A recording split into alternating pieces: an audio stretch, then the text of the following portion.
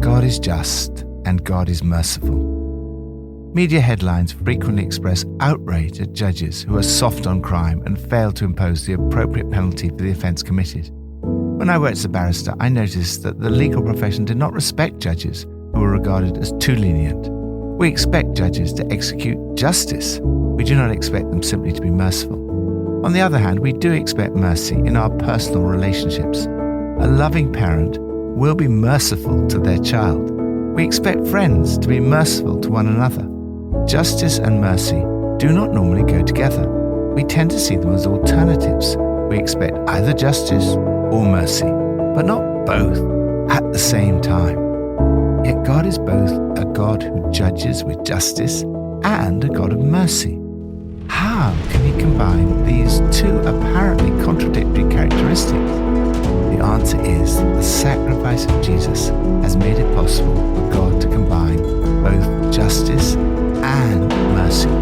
When I first encountered Jesus, the following illustration helped me to understand what Jesus achieved for you and me on the cross. Two people went through school and university together and developed a close friendship. Life went on and they went their separate ways and lost contact. One went on to become a judge, while the other's life spiraled downwards and he ended up as a criminal. One day, the criminal appeared before the judge. He'd committed a crime to which he pleaded guilty. The judge recognized his old friend and faced the dilemma, which in effect God faces. He was a judge, so he had to be just. He couldn't simply let the man off. On the other hand, he wanted to be merciful because he loved his friend. So he fined him the correct penalty for the offence. That was justice. Then he came down from his position as judge and wrote a cheque for the amount of the fine. He gave it to his friend, saying that he would pay the penalty for him. That was an act of mercy, love, and sacrifice. The illustration is not an exact one. Our plight is worse. The penalty we face is death. The relationship is closer. Your Father in heaven loves you more than any earthly parent loves their child. And the cost is greater. It cost God far more than money. He came himself in the person of Jesus and paid the penalty of sin. God is not soft on crime. In his justice, God judges us because we are guilty. Then in his mercy and love, he comes down in the person of his Son, Jesus Christ, and pays the penalty for us. Through the sacrifice of Jesus on the cross, God is both just and merciful. From Psalm 9. Lord, see how my enemies persecute me. Have mercy and lift me up from the gates of death, that I may declare your praises in the gates of daughter Zion, and there rejoice in your salvation. The nations have fallen into the pit they have dug. Their feet are caught in the net they have hidden. The Lord is known by his acts of justice. The wicked are ensnared by the work of their hands. The wicked go down to the realm of the dead, all the nations that forget God. But God will never forget the needy. The hope of the afflicted will never perish. Arise, Lord. Do not let mortals triumph. Let the nations be judged in your presence. Strike them with terror, Lord. Let the nations know they are only mortal. Rely on the justice of God. David knows that God is a God of justice. The Lord is known by his justice. He also cries out for mercy. Have mercy, that I may declare your praises. In this psalm, the desire for justice and the desire for mercy come together. David prays that God will have mercy on him by executing judgment on his enemies. Arise, O Lord, let the nations be judged in your presence. We sometimes think of justice in a negative way as primarily about punishment, but justice is also profoundly positive. In Hebrew, the word for justice, mishpat, carries the sense of putting things right. It's because of God's justice that David can be confident that the needy will not always be forgotten, nor the hope of the afflicted perish. Thank you, Lord, that you are a God of justice.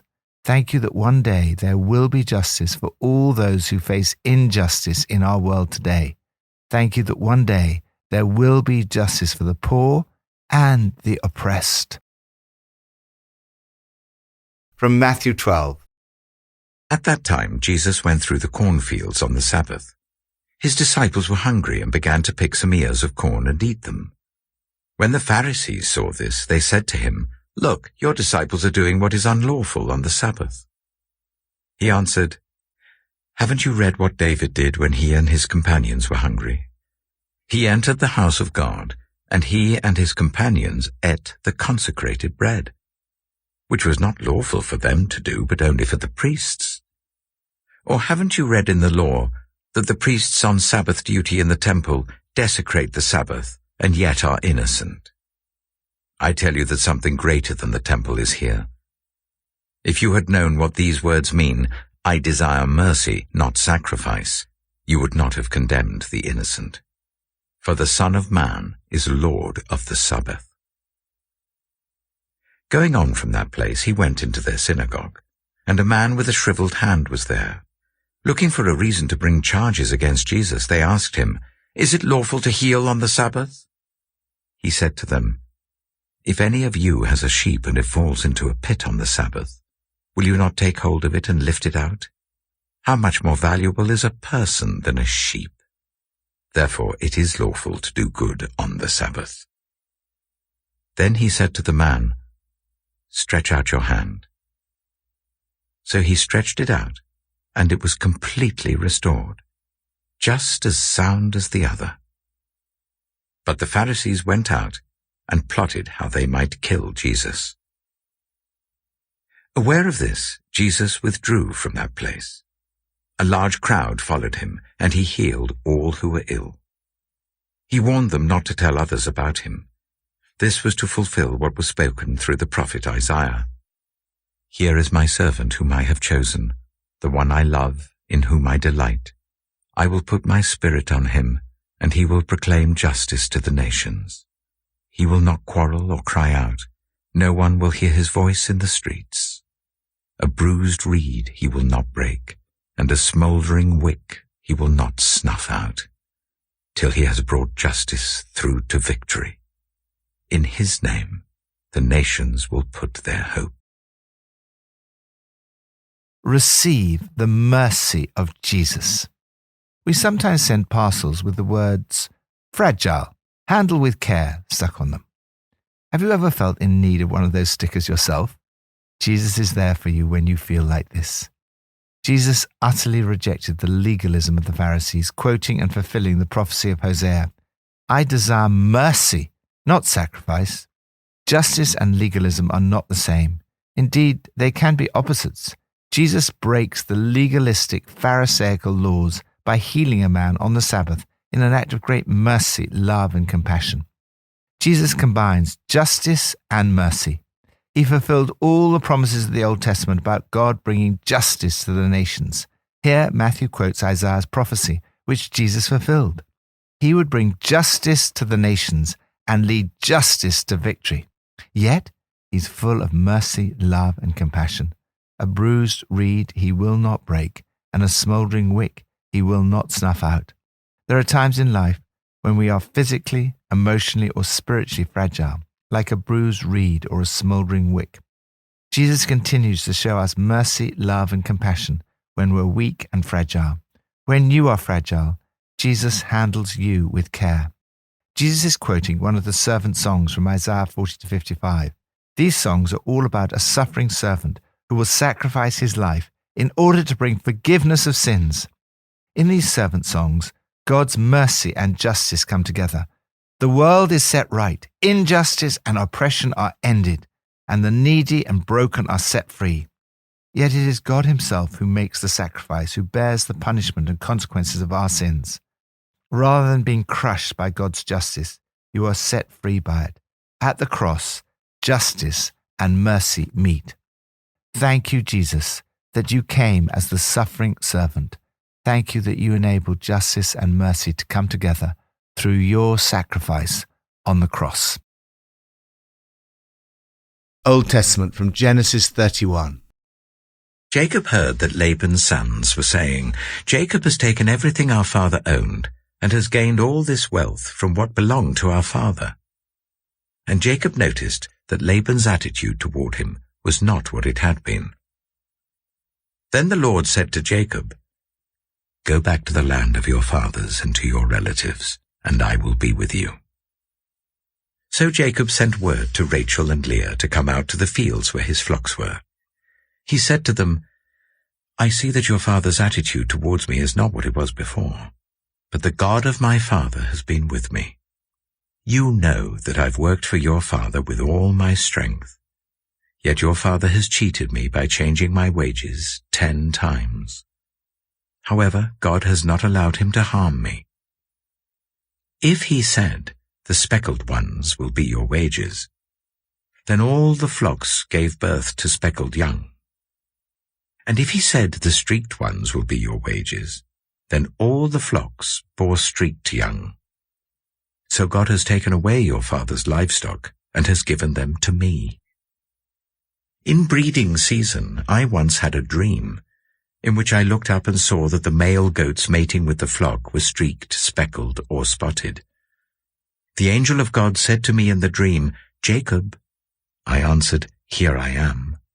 And he said, 'Look up and see that all the male goats mating with the flock are streaked, speckled, or spotted, for I have seen all that Laban has been doing to you. I am the God of Bethel, where you anointed a pillar and where you made a vow to me. Now leave this land at once and go back to your native land.' Then Rachel and Leah replied, 'Do we still have any share in the inheritance of our father's estate? Does he not regard us as foreigners? Not only has he sold us, but he has used up what was paid for us. Surely all the wealth that God took away from our father belongs to us and our children. So do whatever God has told you.' Then Jacob put his children and his wives on camels, and he drove all his livestock ahead of him along with all the goods he had accumulated in Paddan Aram to go to his father Isaac in the land of Canaan. When Laban had gone to shear his sheep, Rachel stole her father's household gods. Moreover, Jacob deceived Laban the Aramean by not telling him he was running away. So he fled with all he had, crossed the Euphrates River, and headed for the hill country of Gilead. On the 3rd day, Laban was told that Jacob had fled. Taking his relatives with him, he pursued Jacob for 7 days and caught up with him in the hill country of Gilead. Then God came to Laban the Aramean in a dream at night and said to him, "Be careful not to say anything to Jacob, either good or bad."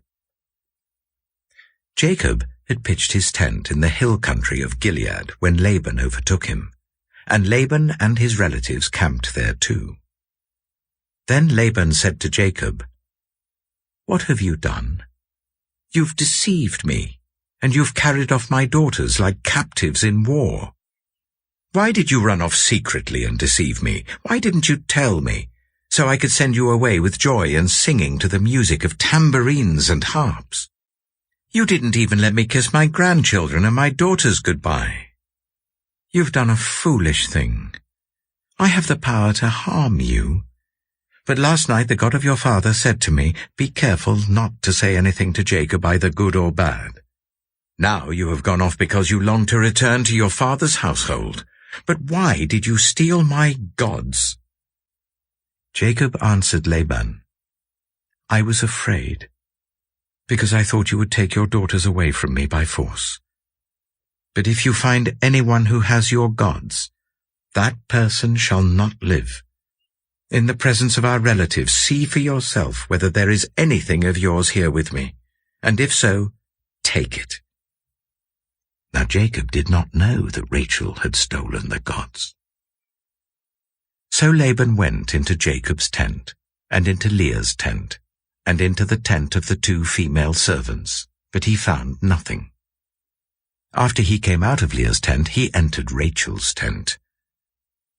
Now Rachel had taken the household gods and put them inside her camel's saddle and was sitting on them. Laban searched through everything in the tent, but found nothing. Rachel said to her father, "Don't be angry, my lord, that I cannot stand up in your presence. I'm having my period." So he searched, but could not find the household gods. Jacob was angry and took Laban to task. "What is my crime?" he asked Laban. "How have I wronged you that you hunt me down? Now that you have searched through all my goods, what have you found that belongs to your household? Put it here in front of your relatives and mine, and let them judge between the two of us. I have been with you for 20 years now. Your sheep and goats have not miscarried, nor have I eaten rams from your flocks. I did not bring you animals torn by wild beasts. I bore the loss myself. And you demanded payment from me for whatever was stolen by day or night. This was my situation. The heat consumed me in the daytime and the cold at night, and sleep fled from my eyes. It was like this for the 20 years I was in your household. I worked for you 14 years for your 2 daughters and 6 years for your flocks, and you changed my wages 10 times.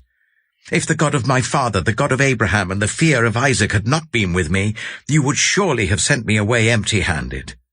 But God has seen my hardship and the toil of my hands, and last night he rebuked you."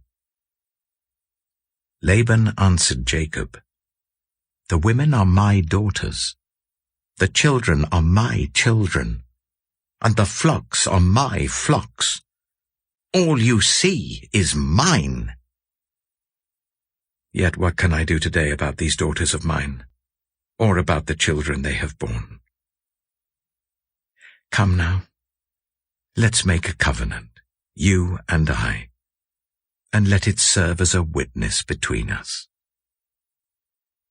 So Jacob took a stone and set it up as a pillar. He said to his relatives, "Gather some stones." So they took stones and piled them in a heap, and they ate there by the heap. Laban called it Jegar-sahadutha, and Jacob called it Gilead. Laban said, "This heap is a witness between you and me today." That is why it was called Gilead. It was also called Mizpah, because he said, "May the Lord keep watch between you and me when we are away from each other. If you ill-treat my daughters, or if you take any wives besides my daughters, even though no one is with us, remember that God is a witness between you and me." Laban also said to Jacob, "Here is this heap, and here is the pillar I have set up between you and me. This heap is a witness, and this pillar is a witness, that I will not go past this heap to your side to harm you, and that you will not go past this heap and pillar to my side to harm me. May the God of Abraham and the God of Nahor, the God of their father, judge between us." So Jacob took an oath in the name of the fear of his father Isaac. He offered a sacrifice there in the hill country and invited his relatives to a meal. After they had eaten, they spent the night there. Early the next morning, Laban kissed his grandchildren and his daughters and blessed them. Then he left and returned home. Rejoice in the sacrifice of God. Have you ever experienced a promise of promotion that never came, or spent countless wasted hours working late to complete some thankless task? Have you ever been the victim of envy, false accusation, or downright deception? So much in this passage resonates with our day-to-day lives. In our everyday situations of frustration and pain, it's reassuring to know that the Lord always has the last word. We see a breakdown in what was essentially a family business. Perhaps Laban took his son-in-law for granted. Certainly, Jacob felt his goodwill had been abused. He felt Laban's attitude to him was not what it had been. He had given his job 100% effort. He'd worked with all his strength. "I have served with all my might and power." Jacob's terms of employment had been very tough. His father-in-law had been a fairly draconian boss. he'd made Jacob pay for any loss that occurred due to accident or theft by others. His working conditions were very unsatisfactory. Further, he felt cheated. Instead of putting his salary up, Laban appears to have put it down 10 times. Rachel and Leah also felt that they'd been hard done by. They'd been sold off to Jacob and then watched as their father envied their husband's success. It's understandable that they all felt resentment towards Laban. However, their response was not very gracious. They all ran off when Laban was out at work. They did not even give him the opportunity to say goodbye to his children and grandchildren. On top of all that, for some incomprehensible reason, Rachel steals from her father without telling her husband. In spite of all this, God blesses Jacob. But God did not allow Laban to hurt me. He becomes more prosperous than Laban. It was actually God who'd called Jacob to return home to Isaac and promised him, "I will be with you." Although Jacob was doing the right thing, the way it was done was not right. Nevertheless, God intervened on his behalf by speaking to Laban in a dream. But for that, Jacob might have been sent away empty-handed. In the end, they negotiate a satisfactory settlement. In the midst of this passage, we see hints of the foreshadowing of what was to come. Both Jacob and Laban look to God for justice. Then there is sacrifice. As they seek God's justice and offer this sacrifice, we are reminded once more of the cross, where God's justice and mercy come together. Father, thank you that you are just and merciful. Thank you for the sacrifice of Jesus. Thank you that in times of injustice, I can look to you for protection and mercy. Help me to be merciful as you are merciful to me. Pippa adds, Genesis 31, verse 32. I wondered what on earth Rachel was doing, stealing her father's household gods. And what was Laban doing having household gods in the first place? Rachel had been stealing, lying, and dishonoring her father. No wonder God needed to give us the 10 Commandments.